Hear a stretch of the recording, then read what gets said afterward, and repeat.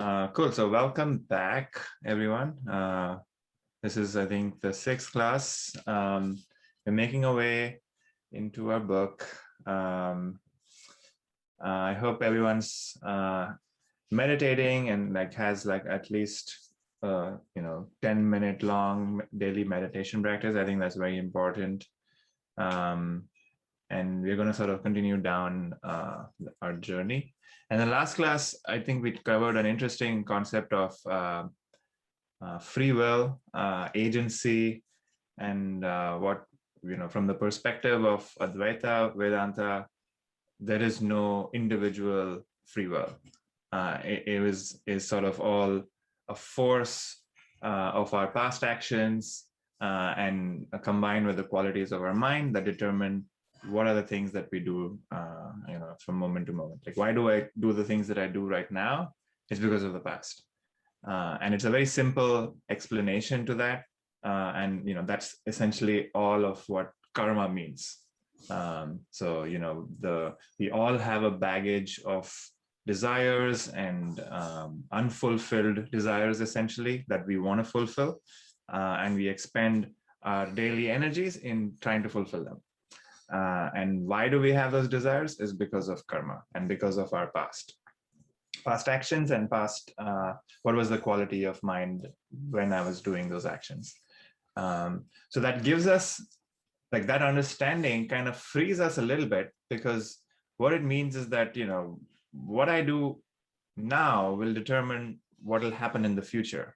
And there's this sort of lag, right? Because things are not so immediate, these forces and the force and the strength of the desire has been built over time, and it cannot be easily contained and easily exhausted. It just takes a while. And to kind of add to this, I don't think I've spoken specifically about desire that much in this class. So desire is a very interesting concept and a very moment-to-moment experience that we all have. We all have our own bundle of desires. My bundle of desires is different than your bundle of desires. You have many things that you want to do. I have many things which are different from what you want to do. But my end goal is the same, which is I want to feel good, or I want to feel content, and I want to feel satisfied. That is mostly the motivation of most desires, which is when they are fulfilled, I will be better in some way than I am today, or I am right now. And the technical sort of word that we use for desire in this work, the Sanskrit word is called vasana. I think we may not have come across this in this book yet, but essentially the root of it comes from this notion of vas, which is like a smell. It's kind of like a remnants of a smell. So you can imagine somebody comes into the room wearing perfume, and then they leave. The remnants of the perfume is kind of the similar sort of feeling, where the desire or the experience is gone, but because of reflection or memory, we kind of tend to hold on to the essence of that feeling, or the remnants of that feeling. And what vasana does is essentially, the technical definition is, it is the after the fact rumination of an experience. So for example, I'm eating ice cream. I'm really enjoying the ice cream while I'm eating it. But once I'm done, the next morning, I think about how good the ice cream was. And I'm like, wow, I wish I could eat that right now. And what this is doing is it's strengthening the desire. And it's strengthening my feeling and my thought, or this idea in my mind that ice cream is somehow joy-giving. And what's going to happen is that if I keep thinking about ice cream throughout my week, at some point when I'm feeling shitty, I'm going to want to experience ice cream. It's just a sort of way that our mind works, which is whenever we feel shitty, what the mind tends to think about is to go to a place where we felt good, where I didn't feel so shitty, or where I felt joyful, or when I felt blissful. And usually, ice cream is one example, but you can replace it with whatever your personal, satisfactions are. and that's what's going to come up. And this is the sort of process of how we build vasana, which is this technical word, which essentially means desire. And everybody has different sense of desire. So if I go out hiking and camping and all of that, and I say, wow, it's the hiking which is great, and I want to feel, free and nature, and I want to do that, I love doing that. If I keep ruminating about it my day, then I'm going to constantly want to experience that, and my entire mind is going to be on how to satisfy and experience that feeling again in the future. So this is the process. And I think in the past, we spoke about, it's not the object which actually gives me freedom or it gives me pleasure. It's my misunderstanding that I attribute that it's the ice cream that gave me joy, or it's the camping that gave me joy, or it's the the relationship that gave me joy.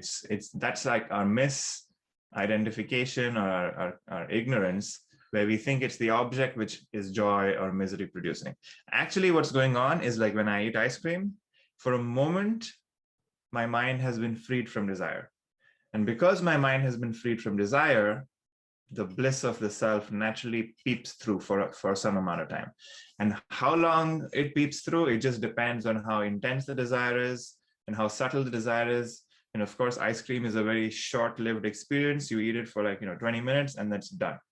Even within 20 minutes, you probably only enjoy it for the first 5 minutes. After that, it's gone, right? But if it's something more subtle or harder to gain, so you can think of, getting a promotion, that's much harder. And so when you do get it, you may feel blissful for a long amount of time, because the desire that you had, that I really want this promotion, and when you do get it, it kind of keeps the mind free from desire from a much longer time than something like ice cream. So start to notice that this is what is going on, and and how we are building desire. How much are we thinking about wanting something when that's not in front of us right now, and that's building these sort of strengthening these bonds to these desires, and these desires become stronger and stronger and stronger. So how do we be free from these desires? One is that we can go through with these desires. So if I really want something, I can go through with it. I can say, yes, I'm going to put my energy in wanting to get this thing because I've had it for a long time. I want to go and learn how to ski, because that's something I really wanted to do. And you do it and you go through with it. But instead of now doing it unconsciously, we're going to do it consciously, which is, I'm going to learn how to ski. I'm going to enjoy the process. And when I do feel blissful, when I'm enjoying it and I'm doing it, I don't misattribute the fact that it's the skiing which is making me happy. But what I basically recognize is that for while I'm skiing, my mind is free from desire. And wow, it's the self which is now being revealed to me, which is I have no thoughts or no sort of insistent desires in my mind right now. And because of which my mind is just naturally blissful. And this natural blissfulness is the essence of the self. What we miss is that we misattribute it to the skiing, to the eating, to the traveling, or whatever it is. But from now on, we're going to be more conscious on how we experience the world. And because of this conscious experience, the energy of these desires are going to start to reduce, because you may have a really strong desire to ski, but as you ski more consciously, the insistence on skiing is going to come down, because you're going to recognize that, oh, it's actually not the skiing that's actually blissful, it's just me, and I'm just using skiing as a way to experience my blissful nature. So the whole world and the mechanism of enjoying this world flips, where everything becomes a means to access the bliss of my own self nature. And once we start to do that, the karma bundle that we have, or this bundle of desires, this bundle of vasanas, starts to reduce. And that's all we're doing in this work, which is vasana reduction. And vasana exhaustion actually is the way we actually do it, which is we are exhausting all these desires. And we can exhaust them by going through with them, or we can exhaust them via insight, which is, oh, you know what, I don't really need to go through with this because I know exactly what's happening. I have built this, desire over time, and I've misattributed this happiness giving properties to this desire, and then because I now understand this through experience, I can let go of this desire because it's not that strong. But some desires which are very strong, we cannot use insight. We have to go through with it, but we go through with it in a conscious way. That's the only difference now. So all of our work is going to start to be more conscious, and we're going to live a lot more consciously. So with that said, let us continue our text. I think we were on verse 27. Let me share my screen.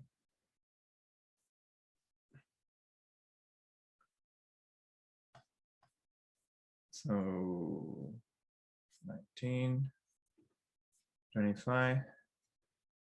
So can everyone see my screen? Yep. Okay. Yeah. Cool. So we were 26, and we were talking about the fact that the Atman is the sort of enlivening factor, and the mind and the intellect has no capacity by itself. Mind and intellect are inert. So we're going to continue down the idea. Let's do verse 27. Rajju sarpa vadatmanam jivam gyatva bhayam vahet naham jiva parama meti gyata chene bhaya bhavet. So just as the person who regards a rope as a snake is overcome by fear, so also one considering oneself as the ego, jiva, is overcome by fear. The egocentric individuality in us becomes fearless by realizing that it is not a jiva, but the supreme self.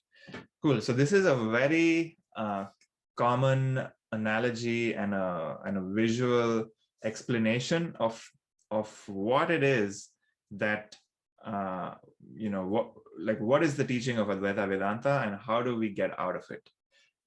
So the example here and the analogy here is the rope and a snake.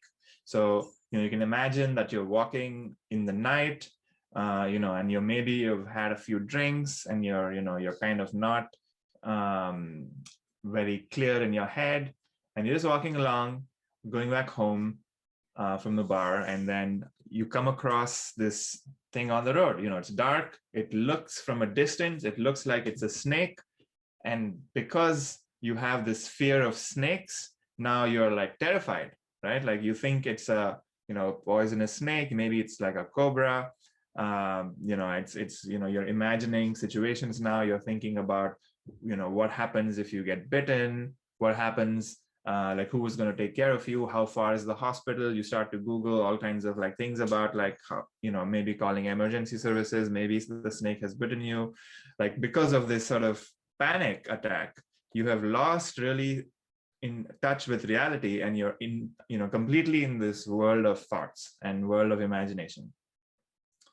And this can continue for a long time until maybe a car goes by and the headlights on the car reveal the fact that actually this is not a snake and it's a rope.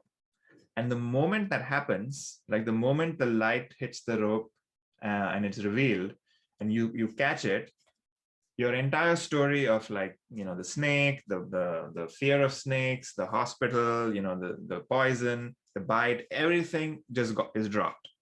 And it just goes away instantaneously, right? It's not like you have to do anything for it to go away, because what has happened is that the truth or the reality of the fact that this is not a snake, it is a rope, has been revealed to you. And all of the story and the drama that was in the mind instantaneously drops. And because of that, the snake is no longer in perception, right? Like you're not, like the moment you see the rope, you cannot see the snake. And the same thing is true in the other direction. It's like if you can see the snake, you cannot see the rope. It's not like, as you do more this work, like half of the rope is going to become half of the snake is going to become a rope, and then the other half is going to, somehow going to take a few years to change, right? It's not like that, right? Like you either see the rope or you see the snake.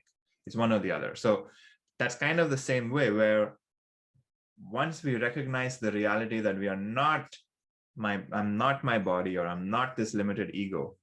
And that's where usually our problem is, which is like all of my fears and my issues are in my ego, in my subtle body, which is the, the thoughts and desires that I hold on to, and my identity that I hold on to. All of that is there. The moment I recognize that this is false, that, it's certainly an experience, but it's not me, this entire thing drops. And what is the consequence? Just like I am no longer scared of the rope that I perceive, or the snake that I thought it was, the fear drops. Similarly, I become fearless. Fearless that nothing really in this world can harm me. And me here is not that, I won't fall sick, my mind may not decay. All of those things are still going to happen. But the fear is going to go away because my identity is no longer on it. It's almost like, like we all have this experience that somebody bumps into my car. I feel quite annoyed when that happens, or I may get angry. But somebody bumps into somebody else's car, like I don't really care. Why? Because my sense of identity is not there, right? My sense of identity only gets me triggered when it happens to something that's mine. If it happens to something else, then I don't care that much. It's the same way, where my identity to my body kind of shifts, where I no longer recognize it as me. I certainly say, yes, it is my body, so I will try my best to take care of it, and all of that, but it is not me. So this sense of freedom and distance results, and the consequence of that is fear is gone. We become fearless because we realize that there's nothing in this world that can harm the real me. The body can be harmed, the personality can be harmed, my identity in that, egocentric identity can be harmed, but I cannot be harmed, because that's always the same. No matter what happens, the I is the same, shining and revealing this world to me. So this is a sort of, interesting and very important sort of analogy, which is, the rope and the snake. But at some point, this analogy kind of breaks because, it's an external thing.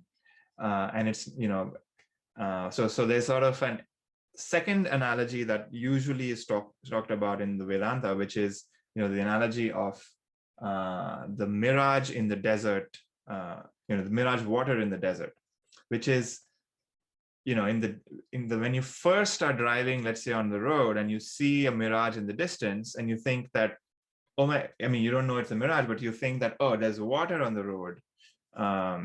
You kind of like start to freak out and say, oh, wow, is there like a pipe burst somewhere? Like what happened? I need to maybe stop my car and go slower. So that's the first thought in your mind. And then as you keep going, as you keep driving, the mirage never really comes close to you, right? It's still at this distance. And then over time, you realize that, oh, it's actually a mirage. It's not really water. Even though it looks like water, it's a mirage. And, you may continue driving and you may continue to see the mirage, but because you have now recognized and now you know that this is a mirage, you don't take it seriously. So the appearance of the water does not confuse you anymore, and you don't get taken by that image again. So this is actually kind of what happens, which is like, even though the body appears real, even though my mind appears real, I still continue to perceive it. I have a clear understanding. Like I clearly know that, yes, it is not me. And because of that, it doesn't bother me anymore. So I think that, the mirage and the water analogy is very good, because, you clearly see the mirage. Even after the knowledge that it's not a mirage, we still clearly see it. We still, continue to see water in the distance, but the mind knows that, yes, it is not water, it is a mirage. It is, some sort of heat waves being reflected, and, images appearing because of the heat, and it looks like water. So that's kind of the mechanism, which is, even after realization, it's not like our world disappears. The world still continues to be the same, but what the world is fundamentally changes in our understanding. It's nothing but a mirage in a way. So that's kind of the sort of way to think about this verse, and we'll kind of continue down this path. Any thoughts or questions about this? Yeah, I had a question. So the last sentence, the egocentric individuality realizes that it's not itself, or the egocentric. So what is it in me that sees the supreme self, or what is it in me that sees my ego? Isn't that still my ego? I don't know if that makes sense or not, but what's looking at what is the egocentric individuality? Yeah, so what is looking is the self. It's not like you are going to see the self. It is the self that sees. Right? So whatever you see is not you. Whatever you see could be your ego. So if you're looking at your subtle thoughts, if you're looking at obviously physical objects, you don't consider those as you, but like in your internal world, all the thoughts that you have, you may certainly consider them as you. All the bundle of memories, all the thoughts, moment to moment thoughts that you're creating all the time, those are being created because of oops, am I still on? Yep. Okay. So it's not like you're going to perceive the self because the self is like going to suddenly appear as like I see the sky, right? Like that's not how it works. It's the self is the one that is seeing stuff. So that's kind of how you want to think about it. And it's not some sort of a concept, right? Like, so right now, if I ask you, who's the one that is looking at the screen right now? Like, what is it? Or rather, not even who. You can say, well, what is looking at the screen? And the answer would be, I am looking at the screen, right? Like that I is the self. There's no other self. Like that just pure experience of just looking and being aware of the screen is the self. On top of this awareness, we have thoughts about like, oh, it's like really bright, or, I'm feeling hungry, I need to do this project. Those are all additional thoughts that may be coming up while you're looking at the screen. But just the pure experiencing of the screen, just the pure experiencing of the thoughts, that is being done by the self. That is being done by you. It's not even the self. It is I. Like that is who we are. On top of that, we have all of these other things that kind of distract us. So our attention goes to like my thoughts or my body or something outside. So the egocentric individuality is an event, you can say, where like moment to moment, I'm creating, a sense of personality or a sense of like this limited self that I am. I may think about like, oh, I am an intelligent person in this moment, right? Like if somebody is asking you a question and maybe, indicating that you're not smart, you may have a contradictory thought and say, actually, I am quite smart. You are the one who's an idiot, right? Like that could be like a moment to moment thought. And what's happening is that's where the ego is being formed. So the ego forms moment to moment, and the ego dissolves also moment to moment. So, let's say you have like a presentation at work, or let's say you're like a, artist, or like you're singing on stage, there may be some sort of fear that may come up right before you go on stage or right before your presentation starts. And what has happened in those moments? The ego has sort of developed and has become a little more thicker, which is just nothing but, the frequency of thoughts have increased. So you may be thinking about what are they going to be thinking about me? I hope I do a good job. I hope they like me. I hope, it goes well. All of those thoughts are happening. And because of the frequency of thoughts have increased, ego has concretized. But the self is still revealing the ego to me. Like I am still aware of the thoughts. I am still aware of, the feelings. I may have some sweat and heat and all of that. So like I'm still aware of like all of the physical sensations, the mental agitation, all of that. So that together, you could say is like the ego. Does that make sense? Yeah, it does. I don't want to side rail it, but that helps tremendously in terms of my little self versus I'm assuming a supreme self that maybe hasn't gotten to yet or is covered up by clouds. Yeah. So the self is always shining. It's not like you're suddenly going to have a moment where the new self will shine, right? All we're doing is it's a process of dissolution, you could say, or a process of removal, or a process of destruction. These are all words you can use, but essentially we are removing things from my mind space, or like my awareing space that exists right now. I'm aware of so many things, but my attention keeps going on those things. And there's, it's very easy to see see if my attention is on the physical world. But as we remove the physical object, which is why when we close our eyes in meditation, kind of the physical world kind of disappears for us. And then after that point, the mental world suddenly becomes a lot more apparent, right? I'm more aware of my thoughts. I'm more aware of like my subtle like sensations in my body. I may be thinking about some memories, and all these like subtle unconscious forces start to play. Like, why does this random memory come up when I'm thinking about, like, when I'm trying to focus and concentrate, right? Like, these are essentially forces that we have not really dealt with that keep coming up. And in meditation, that's what we're trying to do, which is like, okay, we recognize that these things haven't been dealt with, and they still have a lot of energy in them. Like I mentioned, there was like vasana, and like we have, like each of these things have energy. So the only way to reduce energy is to not ruminate about them and give them more energy. So all we have to do is sit back and just be conscious and be aware and acknowledge that, yes, these thoughts are coming up, but naturally they will come up and naturally they will go away. And because they go away, and their energy is like slightly reduced. So the next time it won't be as forceful as it was in the previous instance. So this is like this constant process that slowly and surely the force of these like, intense or unconscious memories and thoughts and experiences, they kind of fade away. And because they fade away, my attention is no longer on them. Like, you're not constantly thinking about what you ate for dinner yesterday, right? Because the intensity of that experience is not that high.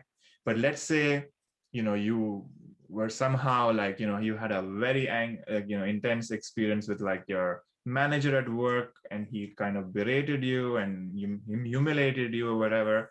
And that was, let's say, 5 years ago. You've been continuously thinking about it for the last 5 years, and because of which that intensity of that experience is still true even now. Like, I can just like remember it and I can get angry, right? Like we certainly all have those kinds of like memories and experiences where like I can just think about it and the same feelings come rushing back. And it's not like that experience is happening right now. It's just that because of this repetition, I have not let go of energy. And that experience or that memory still has the same amount of energy, if not even more, because of my constant rumination. But now that I know that I am the maker of all of my experiences, nobody is making it for me. If we can recognize the simple fact that I am responsible for all of the experiences, in the sense that, of course, when they happen externally, I am not fully responsible, but my internal moment-to-moment experience, I am fully responsible. So if I am thinking about a memory that I don't want to think about, it is my making. So I have full capability to let go of it, and I have full capability to hang on to it. And once we start to sort of recognize that, and once we start to just not add more energy to it, that's all we have to do, not add more energy to stuff. So once we start to do that, these sort of energy automatically starts to dissipate from these thoughts. And they become, and memories which may have been very intense and very charged will become as neutral as like thinking about what I ate for dinner yesterday. It will happen. It is just it is a matter of time, and patience, and a matter of persistence. Yeah, you can think of the same memory which you may have, it may have been a very charged memory like 5 years ago, but like now you can think about it and it's not so charged anymore. And that's the process we go through. And because of this dissolution, my mind is no longer like you mentioned that there were clouds, these clouds, the holes start to appear in these clouds, and maybe a ray of light shines for like an instant, and the mind recognizes that, and it never forgets that experience. And because that ray of light is so blissful, the mind is going to be sort of attracted to that ray of light even more. So our sort of attention and our energy into this work increases even more. That's kind of how we sort of get more involved and more we give more to this work. And it's not because of like any sort of like it naturally happens. It's not like a forceful thing. It's just that the mind that's how the mind is built. The mind will go to the place where it gets the most pleasure, because the mind is a pleasure seeking, like my teacher says, it's a pleasure seeking instrument and a misery avoiding instrument. And it's just going to keep going to where it thinks that pleasure is. Thankfully, the self is the most pleasurable there is in this world. And once we recognize that, it is naturally going to go there. Does that help? Excellent. Thank you. Cool. So we kind of recognize that we are the self. And once we recognize this, and it's a realization, it's not like we gain it, right? It's not something that we acquire.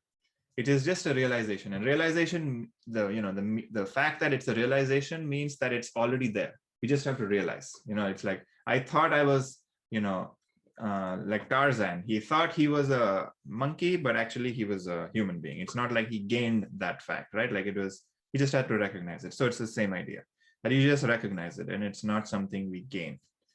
And because it's not something that we gain, we cannot lose it. Because if we gain something, we can easily lose it.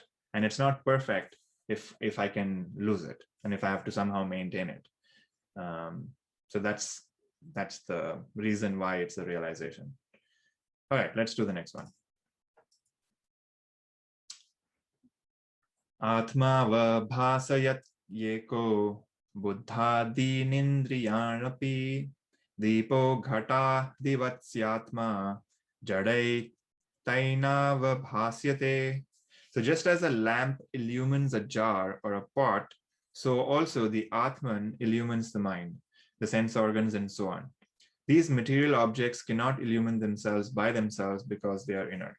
Cool. So now we're getting into the question that I think, Steve, you were also like talking about. So like the ego and the mind and the intellect and the body too, and the physical world, they are inert.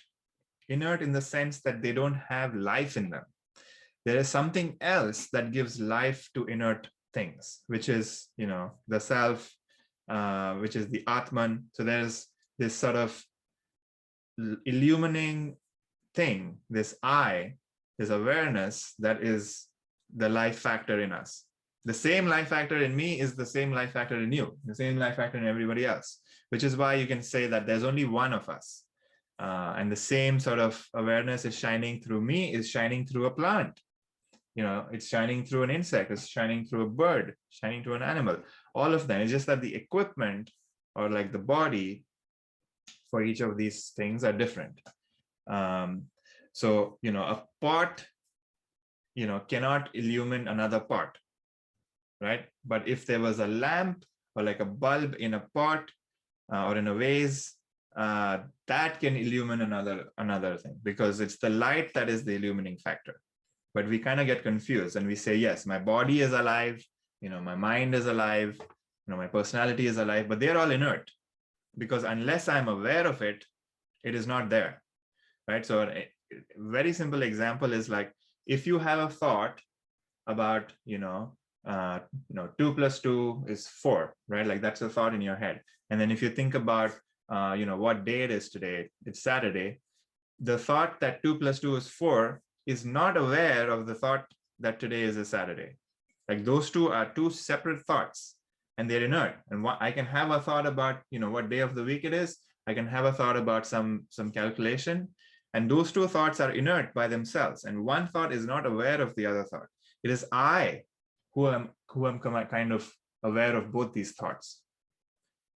Like, can you see that? Like, so it's like the I, which is constantly awareing or constantly revealing thoughts for me.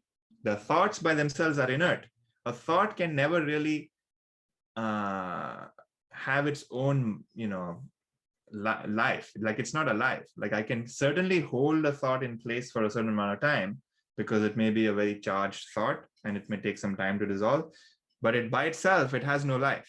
Like I have to consistently maintain the thought for it to like exist in my awareness.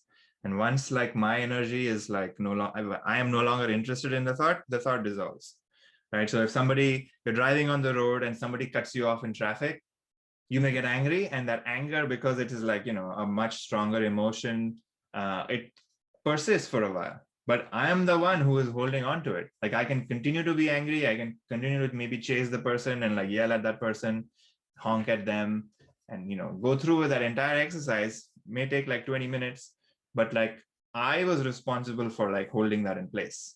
But so easily I could do the other way. If somebody cuts me off, I cannot, if I don't care, the anger doesn't even come up, right? So it's me that is sort of the enlivening factor and not the anger. Anger is a consequence that, comes up and I illuminate. So that's, we have to recognize that my body, my mind, and all of those are technically, they are inert. They have no life in them. I give it life. So if you ever look at you've ever seen a dead body, looks the same as something else, like, a live body, but something has left the body. And what has left? The life in it has left, right? So the enlivening factor is no longer in the body. And it cannot move by itself. And it has become like nothing but dirt. Like the body becomes dirt after a while, right? Like when it gets buried. So that's kind of the idea. And we're going to continue down and see what is the Atman. Cool, let's do 29. Swabodhe nanya bodhe cha bodharupat yatmanaha nadi pasyanya dipecha yatha swatma prakashane. So a lighted lamp does not need another lamp to illuminate its light. So too, Atman, which is knowledge itself, needs no other knowledge to know itself. So Steve, this is your question, which is like, how will I see another supreme self? And the answer is no, you won't. Because to see the self, you don't need another self. Just like, to see the sun, you don't need another light to shine and say, oh, that's the sun, right? Because the sun itself is light. And because of the sun, everything is revealed. Similarly, because of the self, everything is revealed. It doesn't need anything else to reveal it. So, when somebody asks you, are you you? You're going to be like, yes, I am me. Like, are you aware? I'm like, yes, I'm aware. Like, are you alive? Yes, I'm alive. How do you know that? Like, is there some proof that you're alive? Is there some proof that you're aware? Like, can you prove it to me that you're aware? Probably you cannot, but like you certainly have the experience that yes, I'm alive, I'm a conscious person, I'm experiencing things. I may not know who I am, but I certainly know that I am. Like that is my, one thing that I cannot like deny. I can deny everything else. I can deny that, I'm a human. I can deny, I'm a male. Like all of this I can deny. Because why? Because, when I'm dreaming, I may dream that I'm I have a woman's body, or maybe I'm an animal in a dream. I can have all these different experiences. So I may not be sure if this is really, the reality, the real world, or the dream world is real. Like that I may not be sure of, but I surely am cannot deny the fact that I am there in the dream world and I'm there here. I'm in here, right? Like I cannot not deny that. So I'm always aware. So similarly, like, just like, a light doesn't need another light to reveal itself. Like you don't need another self to reveal the fact that you are aware, or you are knowledge itself. And the reason why it's knowledge with a capital K, it's not about like, that it has all the information. We tend to think of knowledge as information, but it's essentially what is it by which I can know things. right? Like if I'm not aware of something, then I cannot know it. So like the first, I would say, requisite or a prerequisite for like, in order to like really know something is to first be aware, right? Like if I don't even perceive it, then I'm never going to be aware of it. So what is it that allows me to perceive things? That is the self.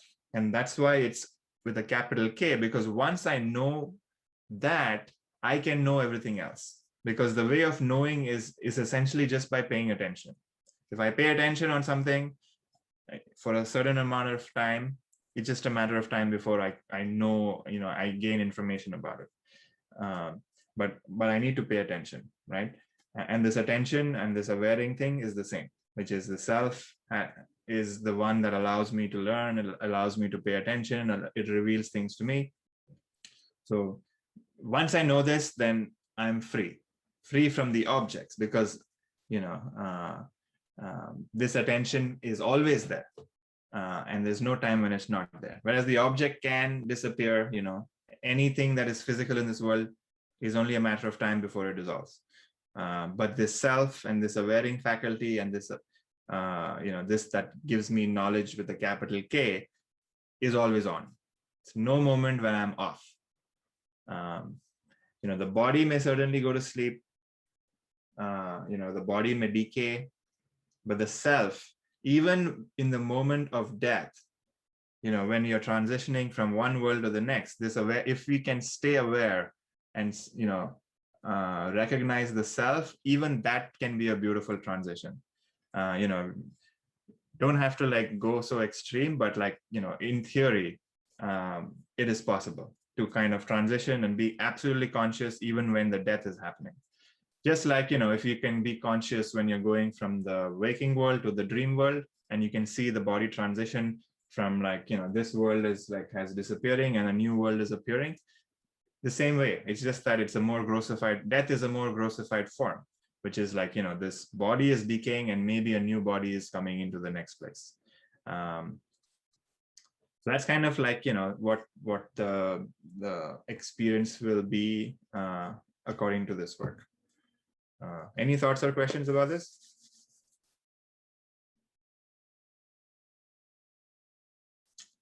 Okay, let us do the next one. Nishadhya nikilopadhi neti neti ti vakyatah vidya daikyam mahavakyair jivatma paramatmanoho. So by the process of negation of the conditionings, upadhis, as per the scriptural statements, it is not this, it is not this. The oneness of the individual soul and the supreme soul, as indicated by the great Mahavakyas, has to be realized. Okay, so there's a lot in this verse. So the fundamental process in the Advaita Vedanta is this thing called negation of the upadhis specifically. And upadhis essentially means like my equipment or my conditionings that I have that make my world slightly different than what your world is. We may all have the five, exact same senses and the same body, like similar body, but my experience of the world is so different than your experience of the world. Why? Because you've had certain experiences, conditionings, vasanas, desires, all of those that make you, or make your subtle body, unique, and make my subtle body unique. And the process that we go through is a process of negation.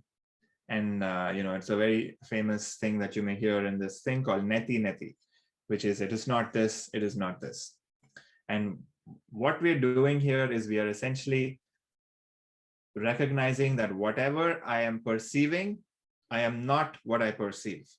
So I can remove the physical world, and I can, by remove, I say, at least from a mental identification, I can say I'm not the physical world. I certainly perceive the physical world, but there's no way in hell that I am this physical world, right? I am not a cup, I'm not a car, I'm not a house, right? I am the one looking at the house. So I'm separate from all of that. And that's the sort of, negation that we do. We say, yes, that's not me. Then we get one level closer and we say, all right, am I the body? I perceive the body, in the same way that I perceive the car. I perceive the breath in the body. I perceive the blood, maybe the heart beating in my body. I can perceive the blood flowing into my body. All of that's happening. So I am the one who's looking at it in the same way that I'm looking at the car. So I'm not the body too. And we kind of like, this negation. So we keep negating whatever I perceive. And like, so the process is like paying supreme attention and a lot of attention to all that is coming up, including my thoughts, my feelings, these subtle ideas. And I'm neither, like I'm not none of those things. Like I'm not my thoughts, I'm not my feelings. So that's this process of negation.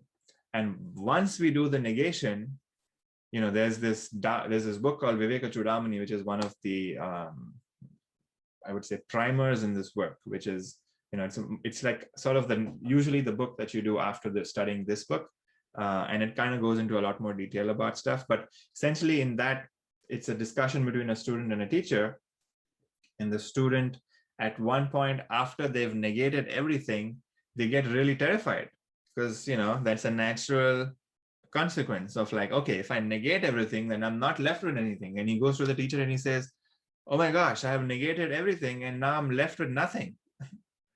Like, help me. Like, what is this? Is this all like nihilistic? Like, is it like, everything is void?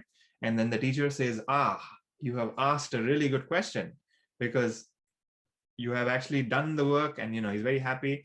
And then the teacher says, you are that which, whatever is remaining, you are that. And he's like, who is asking this question? And like, who is it that is actually looking at nothing? That is who you are. So, there's always this awareing faculty that's left even after negation, because when you negate stuff, the subject is still there, or the subject, I wouldn't even say so much as the subject, but just the experience of the subject is still there. Like there's still something that is awareing and that's alive and conscious. That conscious being is I.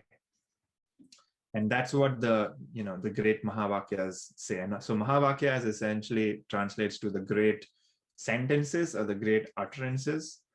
And the most famous one is, you are that. And so that's what, we have to all realize, that you are that. It's not like you are,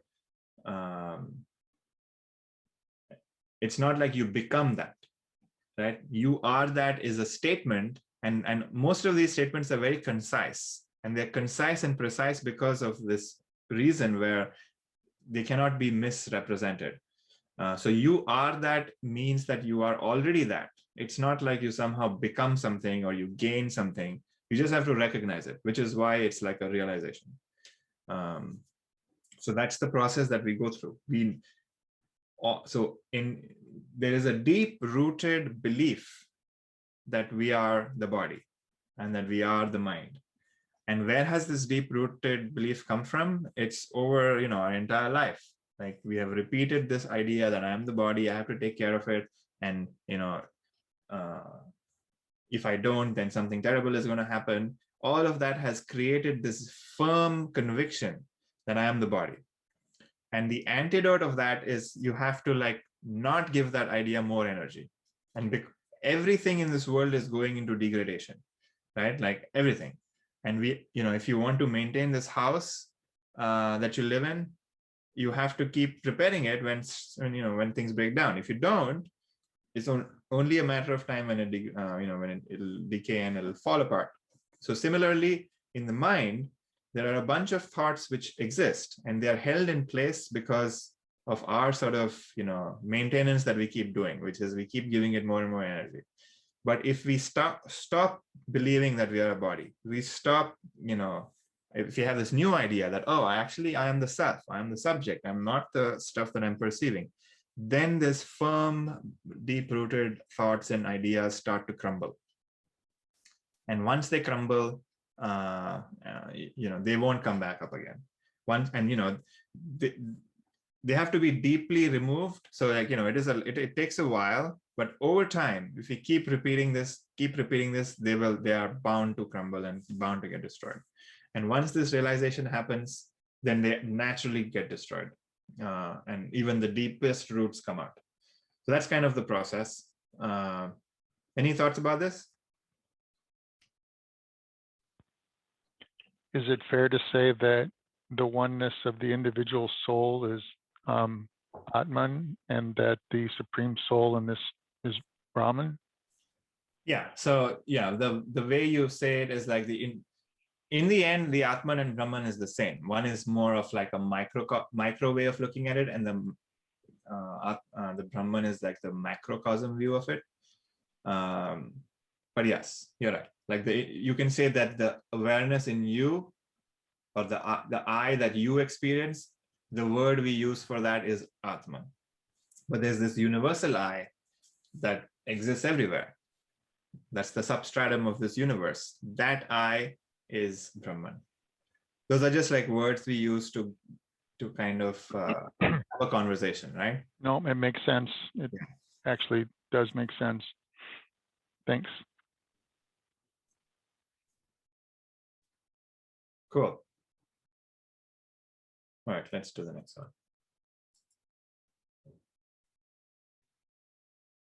Avidhyakam shariradi drishyam buddhat vaksharam etad vilakshanam vidyar adaham brahmeti nirmalam. So the body and so on, up to the causal body, ignorance, are objects perceived, and thus they are as perishable as bubbles. Realize through discrimination that I am ever the pure Brahman, entirely different from all these. Perfect timing for Brahman, Steve. All right, so we are kind of hammering down this idea that whatever that is perceived is not you, because whatever I perceive is perishable. The body is perishable, my thoughts are perishable, and these are all experiences that we have had. Like I had certain ideas that when I was younger, that I no longer subscribe to right now. So clearly my thoughts are constantly changing. My mind is constantly changing. I'm becoming more maybe mature, or maybe I'm becoming like, I'm losing my mind. Like all of these changes are happening constantly. My body, I had a very different body when I was, a toddler. Now when I was teenager, I have a different body. Now I have a different body. And in the future, it's also going to change. So the body is also changing, and it is perishable. So realize that there's something within us which is unchanging. Like, I don't know if anyone's ever had this experience, but as we get older, there's this feeling that, that I'm not really getting older. Like, of course the body is getting older, but there's something in me that just feels like it's still 18, right? Like this feeling of like, oh, I'm still young, but then you try to like do some strenuous activity and you're like, okay, no, actually, you know what? The body is not cooperating. So there's something in us that feels ageless, but of course the body and the mind, degrade, and they are not able to cooperate with this idea that I am ageless. But at least the feeling that I'm ageless exists, and that feeling and that like, sensitivity that we have to that is the self. Like that's the one that like never changes, which is why we feel that we are, we all have this feeling that we're invincible. And because there is something in us that's invincible, it's just that we misattribute it and we think the body is invincible. But the self is invincible. It never changes. The same awareing that's happening when you were 10 is happening when you were 15, is happening when you were 20, it's happening right now. So that never changes. So once we realize that I am that, and I'm not the body, I'm not the mind, then there's absolute freedom. Because then no matter what happens to the body, no matter what happens to the mind, I will be okay.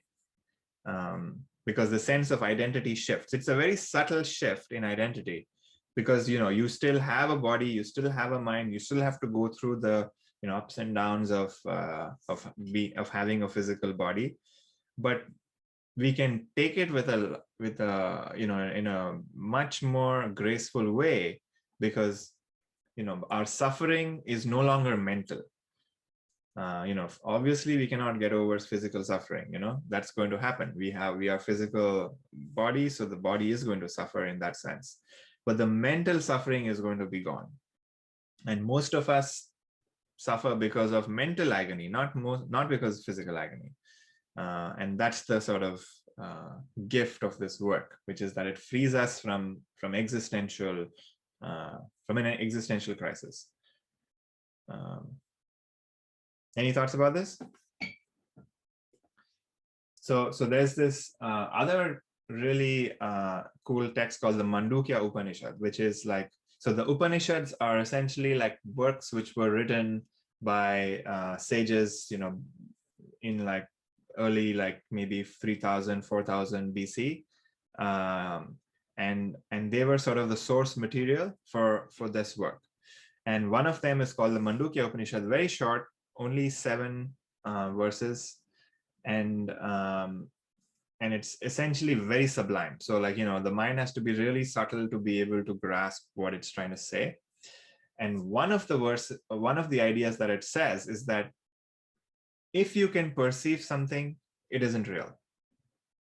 And that is kind of mind-blowing because, or rather mind-boggling, because, you know, throughout my entire life, I thought that whatever I perceive is real, right? Like it's essentially saying, if you can see it, it is not real. Whereas, you know, entirety of like our modern education system says you have to see something and then it is real, right? So that's a complete opposite. And you know, it kind of like is not really talking about the reality of something, but more of like what is true and what is not true, like what is permanent and what is not permanent. So from that standpoint, yes, this entire world is unreal because it is impermanent. And if it can perish, and if we attach our identity to something that can perish, then it's only a matter of time before I suffer, because I will think somehow I am perishing. It's very logical in that sense and very obvious to say, okay, if I put all of my identity on my car and somebody crashes into my car, it's only a matter of time before, you know, that happens. And I'm going to be super upset because I somehow think I have been crashed into or I have been destroyed.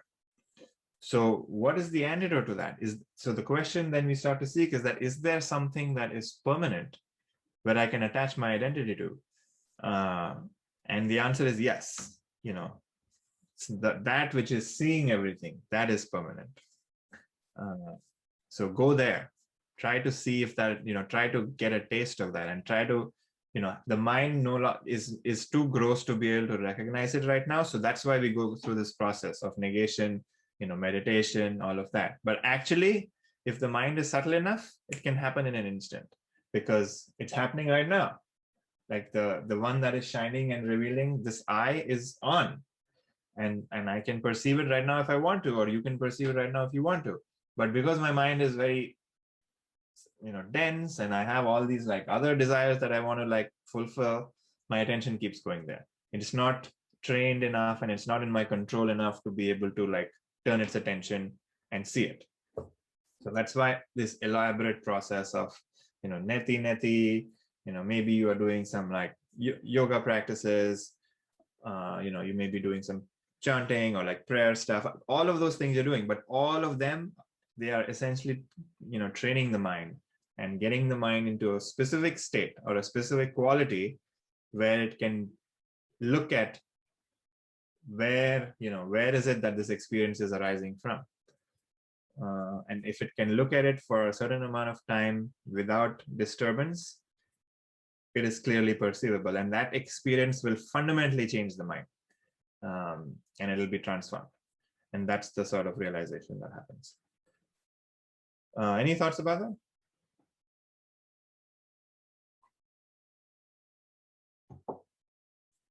Okay, let's do the next one.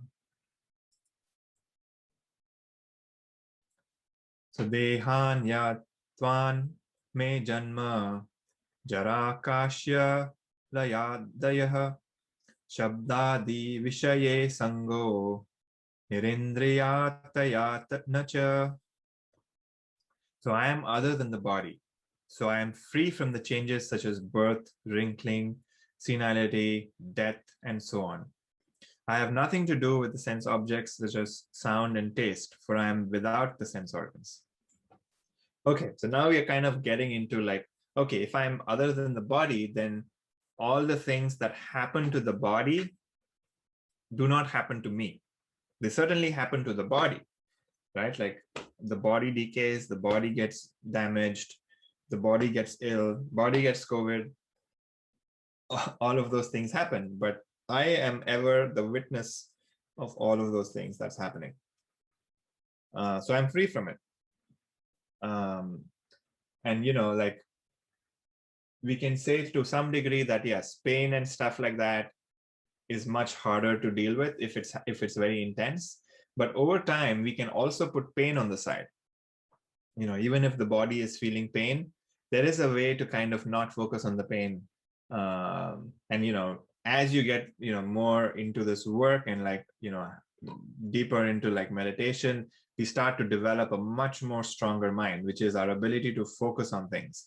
And they, you know, if is a typical example is like, you know, let's say you're very sick and you're feeling like really shitty in the day and you're like, you know, the body is hurting all over. But the moment we go to sleep, the pain is unavailable to us, right? When we go to deep sleep, the pain is unavailable and we feel so good because in deep sleep, the pain isn't there.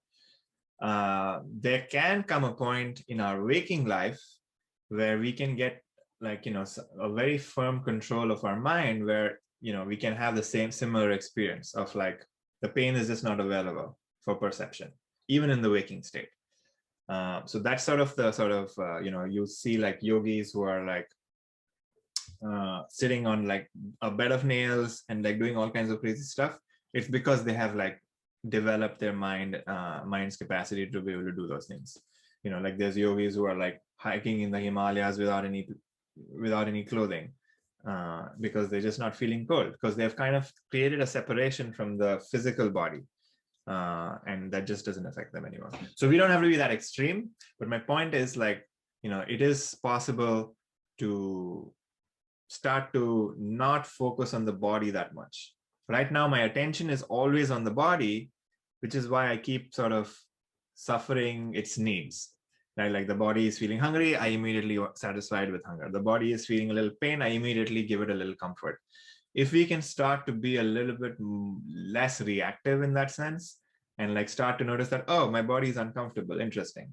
Let's see how long that discomfort lasts, because even discomfort can transform, because discomfort is nothing but energy, you know, forming in the body. And then, you know, because we don't allow it to settle and change, we get in this habitual pattern of like wanting to satisfy every physical need that we have. But like, you know, as we start to become a little bit more stable and strong in the mind, even this we can get a grip on even this. And it's just a matter of time when that happens. So that's the physical body. And then the sense objects, you know, I certainly experience like, you know, sounds and smells and tastes, and, you know, sound and taste are the two examples, but all of the senses, right? Like sights, all of them I see, but they don't really belong to me, right? Like, it's not like I can listen to a piece of music and say, yes, that is mine. Like, it's certainly an experience and it passes through and it goes away.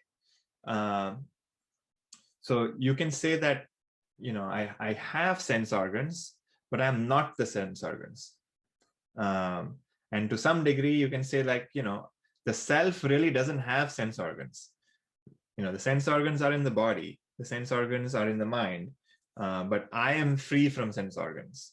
So that's, you know, start to like notice that, yes, you know, I'm experiencing things, you know, I smell things, I taste things, and certainly feels like really, you know, very vivid and like different kinds of experiences. But I am always the one that is experiencing the experiences. Like, I am not the experiences. So I'm free from it. So I'm not the sense organs also, is what the implications of this verse is. Any thoughts about this one?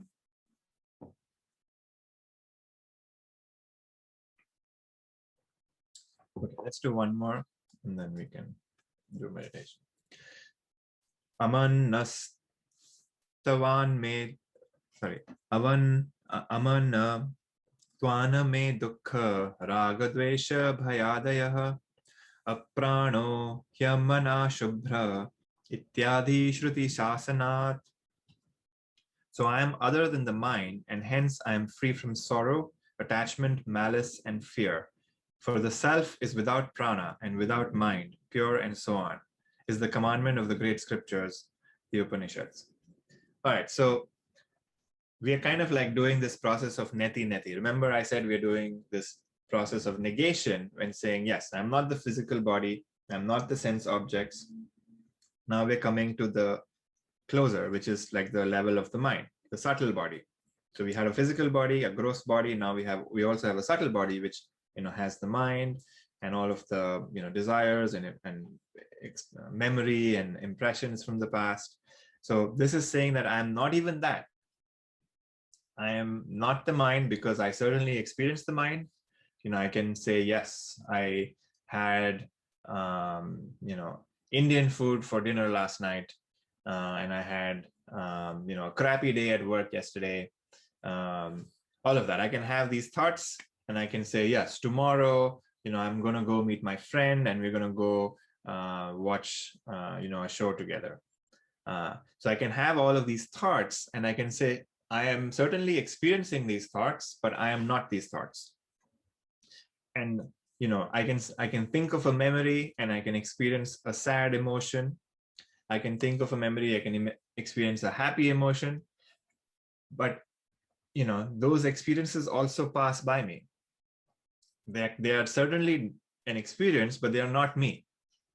So in that sense, I'm free. Like I am free from them. Like I am never touched by these memories. I am unchanging. I'm just seeing these memories go by. I may have thoughts about these memories. If I feel sad, I may have thoughts about being sad. I may have all these sort of ideas floating around, but I am free from it, which means that I am untouched. I only there is something in me that's just witnessing it all the time. Moment to moment to moment to moment, I am experiencing. And what I'm experiencing depends on what's happening in that moment. But, all of sorrow, attachment, all these sort of negative emotions, I am free from, because they just happen, and then they happen for a while, and then they change, and then they're gone. And something else gets replaced. And maybe I experience happiness for some amount of time. And then that happens for some amount of time, and that changes. And then, something new appears. So I is always free from all of those. Like it's just watching. And then, we, in the past, we spoke about those 5 bodies. So there was the physical body, there was the mental body, and then there was the energy body. So, the self is also without prana, which is, prana is essentially what we refer to as vital airs, vital energy. So it's the sort of fundamental energy of this universe that keeps everything sort of, I would say, alive, I guess, is how you think about it. Like if somebody dies, you can say that, the prana has left the body. So, by controlling the prana, you can also sort of control and realize you can control the mind, because the mind and the prana are sort of the same. If the prana is very active, then the mind is very active. If the prana is controlled, then the mind is controlled. So they're kind of like related. But the self is not that, right? Because the self is the one looking at prana. So you can say this morning, I woke up, I was feeling low energy. Yesterday morning I woke up, I was feeling very high energy. So like, the energy is also something that I experience. So I'm not the energy. I can, I certainly want to be high energy most of the time, because, that's when my life is a little bit more pleasant, or the body feels a lot more pleasant when I have high energy. But I am not the energy though. I am experiencing the fact that I have low energy, and I'm experiencing the fact that I have high energy. So I am separate from this. Pure is the word that we use in this work, where we say, something is pure when it doesn't have anything other than that material in it. So, water is pure because it only has, a bottle of water is pure because it only has water in it and no other things that are not water. Similarly, self is pure is because there's nothing other than the self in it. The self is pure and just awareness and just shining. And in the self, I may have thoughts, I may have, energy, low energy, I may have an emotion. And those are things that are separate from the self.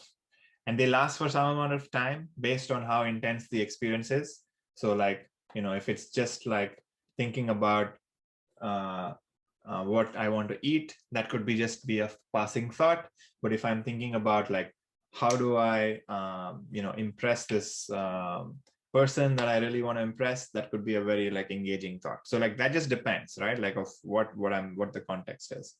But the self is always untouched by any thought. It's not like the self changes if I have a pleasant thought and the self changes if I have an unpleasant thought. So that's something that we're going to keep recognizing, that there's something that is unchanging underneath it all. It's the substratum.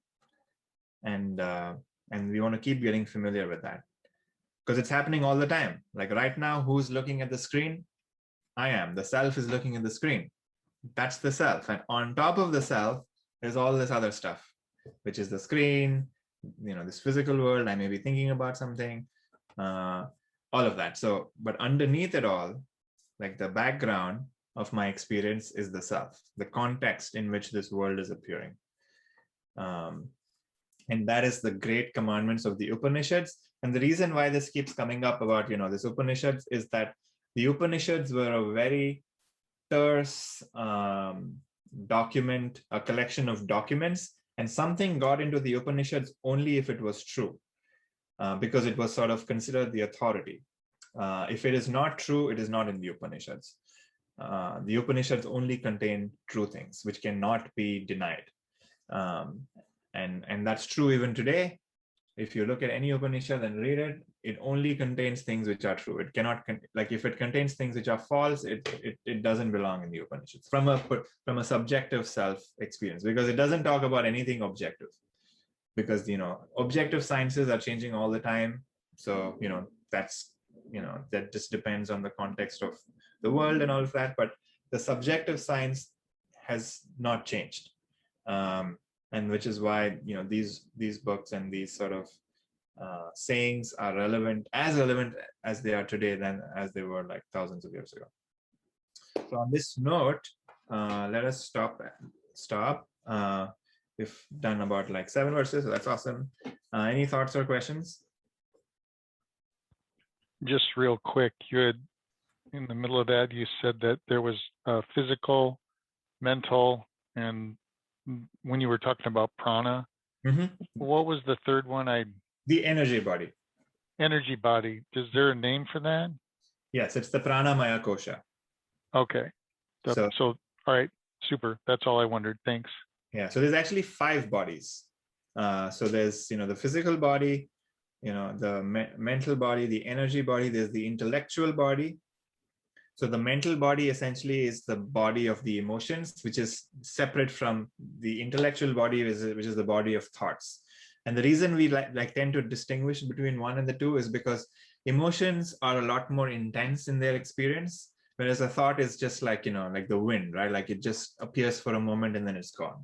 So that's kind of like how we want to distinguish it. And then the final 5th body is called the bliss body. And that body is something we experience in deep sleep, which is we feel very blissful when we're in deep sleep. So yeah, that's the 5 bodies.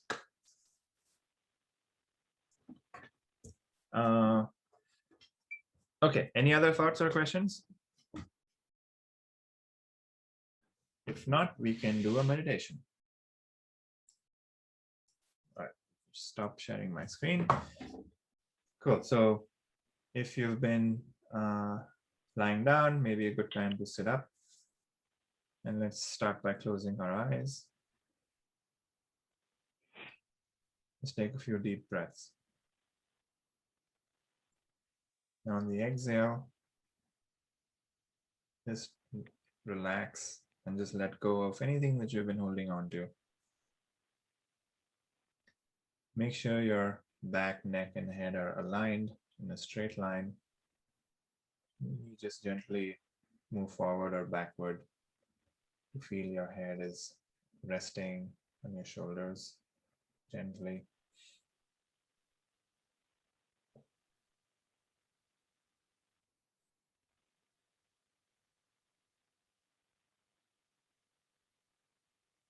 Keep taking deep, conscious breaths.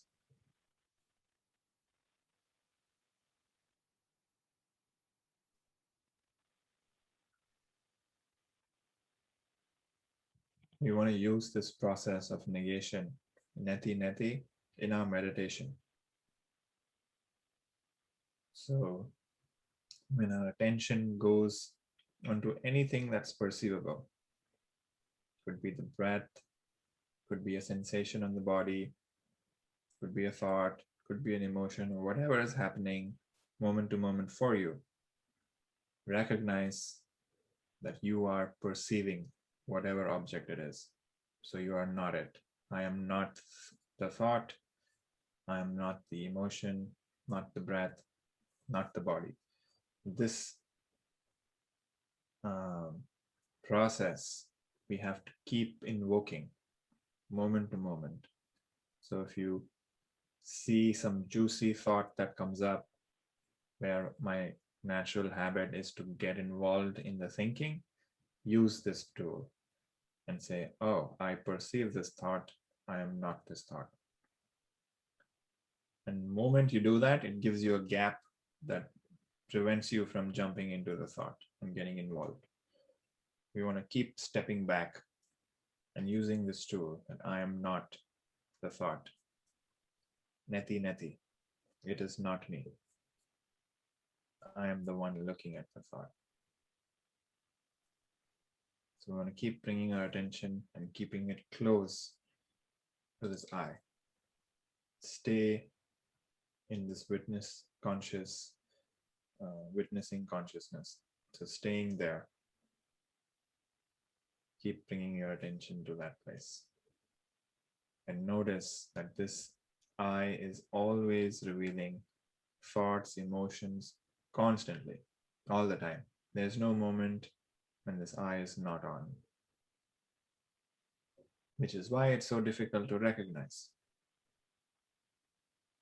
We can recognize things that appear and disappear, but something that's there all the time, we tend to miss it. So recognize this context, this awareness in which my thoughts are appearing, my breath is appearing, the physical body is appearing, all of it. I am none of those objects. I am the one that is looking at those objects. Keep applying this process of neti neti.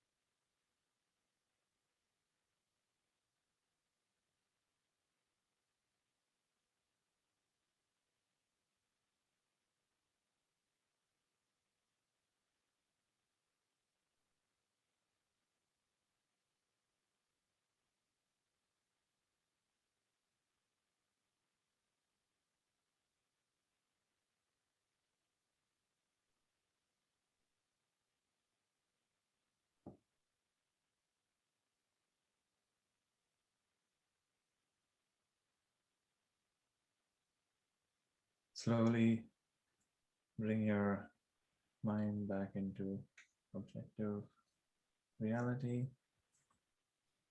And whenever you're ready, you open your eyes. Let's end this class with a chant.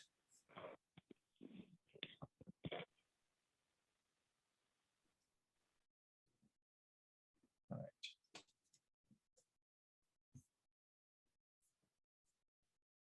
Yogarato va, Bhogarato va, Yogarato va, Bhogarato va, Sangarato va, Sangavihina, Sangarato va, Sangavihina, Yasya Brahmani Ramate Chittam, Yasya Brahmani Ramate Chittam, Nandati Nandati Nandatyeva, Nandati Nandati Nandatyeva, Nandati Nandati Nandatyeva.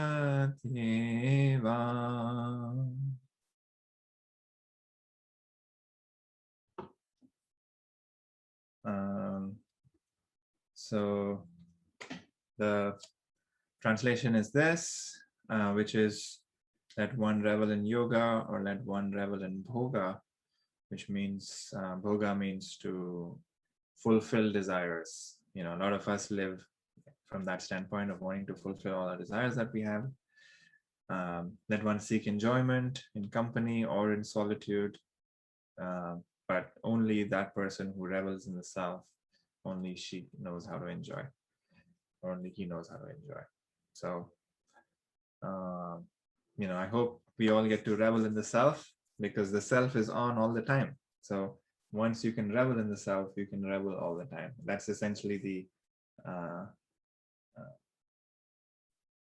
I would say conclusion of this verse. So I hope all of us get to do that. One thing I was thinking of in my meditation today for some reason was the movie The Truman Show was coming up in my head, and like The Matrix too.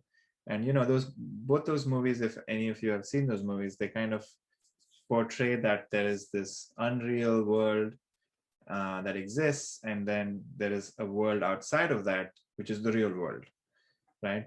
And this work is kind of similar to that, except a slight difference, which is, you know, we still are in this world, in the sense we still perceive this world. It's not like, you know, once you realize the self, you escape out and like you're no longer part of this world. You know, the world is still available for perception.